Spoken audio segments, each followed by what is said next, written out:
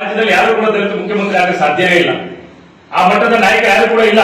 ಈ ಅವಕಾಶವನ್ನು ಸದುಪಯೋಗ ಪಡಿಸ್ಕೋಬೇಕು. ನಾವು ಯಾವುದೇ ಕೆಪಿಸಿಸಿ ಅಧ್ಯಕ್ಷರು ರಾಜ್ಯದ ಮುಖ್ಯಮಂತ್ರಿಗಳ ವಿರುದ್ಧ ಇಲ್ಲ. ಅವ್ರು ಇನ್ನೂ ಬಹಳಷ್ಟು ಟೈಮ್ ಇದೆ. 28ಕ್ಕೆ ಮತ್ತೊಂದು ಸಾರಿ ನೀವು ಅಧಿಕಾರಕ್ಕೆ ತನ್ನಿ, ರಾಜ್ಯದ ಮುಖ್ಯಮಂತ್ರಿಯಾಗಿ ನಾವು ಯಾವುದು ಕೂಡ ನಮಗೆ ಅಭ್ಯಂತರ ಇಲ್ಲ. ಇಡೀ ರಾಮನಗರ ಜಿಲ್ಲೆಯಲ್ಲೂ ಕೂಡ ಪ್ರಜ್ಞಾವಂತ ಎಲ್ಲಾ ದಲಿತ ಮತದಾರರು ಹಾಕಿರೋದಕ್ಕೋಸ್ಕರನೇ 4 ಕ್ಷೇತ್ರದಲ್ಲಿ ನಾವು ಕಾಂಗ್ರೆಸ್ ಪಕ್ಷ ಗೆದ್ದಿರೋದು. ನಾವೇನಾದ್ರೂ ದಲಿತರು ಕೈ ಕೊಟ್ರೆ 4 ಸೀಟು ಗೆಲ್ಲಲ್ಲ. ಇಲ್ಲಿ ಆ ಮಟ್ಟದ ಒಗ್ಗಟ್ಟನ್ನ ಸತಿ ಪ್ರದರ್ಶನ ಮಾಡಿ ರಾಜ್ಯದಲ್ಲಿ ಕಾಂಗ್ರೆಸ್ ಪಕ್ಷವನ್ನು ಅಧಿಕಾರಕ್ಕೆ ತಂದಿದ್ದಾರೆ. ಹೈಕಮಾಂಡ್ ಕೂಡ ಯೋಚನೆ ಮಾಡಬೇಕು.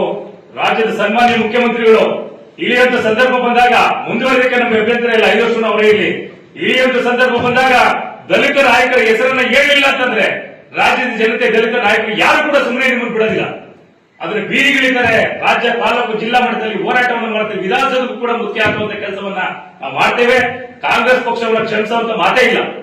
ಯಾಕೆಂತಂದ್ರೆ ಎಷ್ಟಿನ ಅನ್ಯಾಯ ಸಹಿಸ್ಕೊಂಡ್ಬರ್ತಾರೆ. ಕಾಂಗ್ರೆಸ್ ಪಕ್ಷದ ದಲಿತರಿಗೆ ಅನ್ಯಾಯ ಆಗಲೇ ಇದೆ.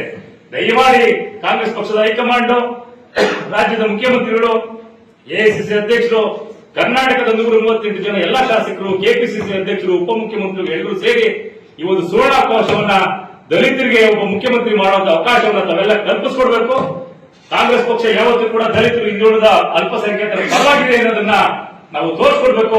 ಅದು ಇಡೀ ದೇಶಕ್ಕೆ ರಾಜ್ಯದಿಂದಲೇ ಒಂದು ಬಲವಾದಂತಹ ಮೆಸೇಜ್, ಸಂದೇಶವನ್ನು ಹೋಗ್ಬೇಕಂತ ತಾವೆಲ್ಲ ಕೂಡ ಅವಕಾಶವನ್ನು ಮಾಡಿಕೊಡ್ಬೇಕು ಅಂತೇಳಿ ಈ ಸಂದರ್ಭದಲ್ಲಿ ಮಾಗಡಿ ತಾಲೂಕಿನ ಎಲ್ಲ ದಲಿತ ಸಂಘಟನೆಗಳ ಪರವಾಗಿ ನಾವು ಒತ್ತಾಯ ಮಾಡ್ತಾ ಇದ್ದೇವೆ.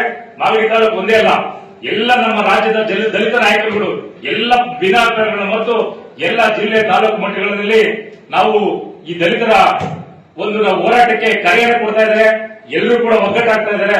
ಈ ಒಂದು ಅವಕಾಶವನ್ನು ಸದುಪಯೋಗ ಪಡಿಸ್ಕೋಬೇಕು ಅಂತೇಳಿ ಎಲ್ಲ ಜಿಲ್ಲೆಗಳಲ್ಲೂ ಕೂಡ ಒಂದು ಸೈದ್ಧಾಂತಿಕ ನಿಲುವನ್ನು ನಾವೆಲ್ಲ ಇಟ್ಕೊಂಡಿದ್ದೀವಿ. ನಮ್ಮಲ್ಲಿ ಯಾವುದೇ ಅವ್ಯವಸ್ಥೆಗಳಿಲ್ಲ. ನಾವೆಲ್ಲರೂ ಕೂಡ ಒಗ್ಗಟ್ಟಾಗಿದ್ದೇವೆ. ನಮ್ಗೆ ಅವಕಾಶ ಸಿಗ್ಲೇಬೇಕು ಅಂತೇಳಿ ಸಂದರ್ಭದಲ್ಲಿ ಈ ಒಂದು ಸಂದರ್ಭದಲ್ಲಿ ಅವಕಾಶವನ್ನು ತಾವೆಲ್ಲ ಹೈಕಮಾಂಡ್ ಕಲ್ಪಿಸಿಕೊಡ್ಬೇಕು ಅಂತೇಳಿ ಈ ಸಂದರ್ಭದಲ್ಲಿ ಮಾಗಡಿ ತಾಲೂಕಿನ ದಲಿತ ಸಂಘಟನೆಗಳ ಪರವಾಗಿ ನಾನು ಒತ್ತಾಯವನ್ನು ಕೂಡ ಮಾಡ್ತಾ ಇದ್ದೇನೆ.